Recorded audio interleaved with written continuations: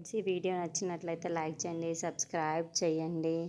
మళ్ళీ మాటలు తట్టుకోలేక అక్కడున్న గౌతమ్ మాత్రం ఎలాగైనా నేను చనిపోవాలి అని ఒక రివాల్వర్ తీసుకొని ఒక అడవిలోకి వస్తూ ఉంటాడు. ఇంతలో అక్కడున్న గౌతమ్ మాత్రం మళ్ళీ మాటలు గుర్తు చేసుకుంటూ చాలా బాధపడుతూ ఏడుస్తూ ఉంటాడు.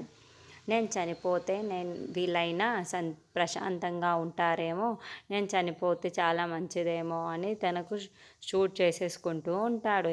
ఇంతలో మైసమ్మ మళ్ళీ వాళ్ళ ఇంటికి వస్తూ ఉంటుంది.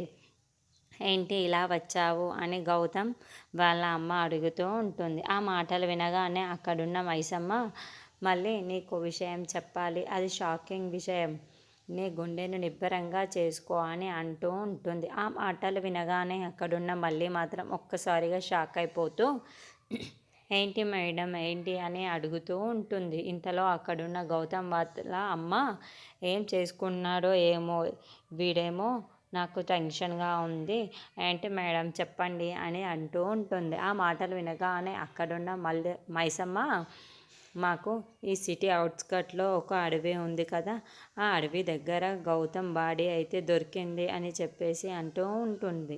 ఆ మాటలు వినగానే అక్కడున్న మళ్ళీ మాత్రం ఒక్కసారిగా షాక్ అయిపోతే చాలా బాధపడుతూ ఏడుస్తూ ఉంటుంది. ఏంటి ఏం జరిగింది, ఎందుకు ఇలా జరిగింది అని చాలా బాధపడుతూ ఏడుస్తూ ఉంటుంది. ఇంతలో అక్కడున్న మైసమ్మ మాత్రం అవును మళ్ళీ మీ భర్త బాడీ అయితే అక్కడ దొరికింది, గన్తో షూట్ చేసుకొని చనిపోయాడు అని అంటూ ఉంటుంది. ఆ మాటలు వినగానే అక్కడున్న మళ్ళీ గౌతమ్ వాళ్ళ అమ్మ ఒక్కసారిగా షాక్ అయిపోయి చాలా బాధపడుతూ ఏడుస్తూ ఉంటారు. అక్కడ కూర్చొని ఉండిపోతారు. ఇంతలో అక్కడున్న మళ్ళీ మాత్రం నేను అన్న మాటలను పట్టించుకొని తను నిజంగానే చనిపోయాడా ఏంటి అని చెప్పేసి చాలా బాధపడుతూ ఏడుస్తూ అక్కడ ఉంటుంది.